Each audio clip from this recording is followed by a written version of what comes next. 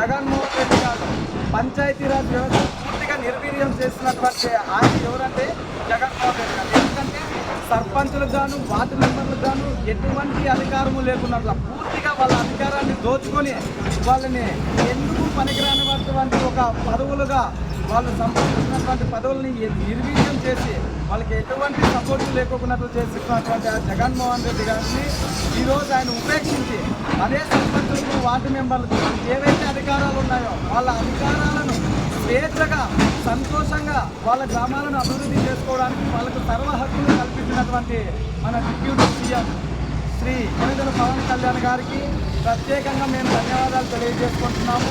మేమందరం కూడా ఈ అమిలినేని సురేంద్రబాబు గారి ఎప్పుడైతే ఆదేశాల మేరకు కూడా కళ్యాణదుర్గంలో కూడా ఇంకా రాబోయే రోజుల్లో ఒక అద్భుతమైనటువంటి డెవలప్మెంట్ అనేది కళ్యాణదుర్గం నియోజకవర్గ ప్రజలకు అందించబోతున్నాను. దీనికి అనుమానం లేదు. కళ్యాణదుర్గం గడ్డ సురేంద్రబాబు అడ్డ. ఇక మీదట రేపు అమిలినేని సురేంద్రబాబు గారు చేయబోయేటువంటి ప్రమాణ స్వీకారాన్ని కూడా మేము పెద్ద ఎత్తున సంబరాలు జరుపుకోవడం అనేది జరుగుతుంది.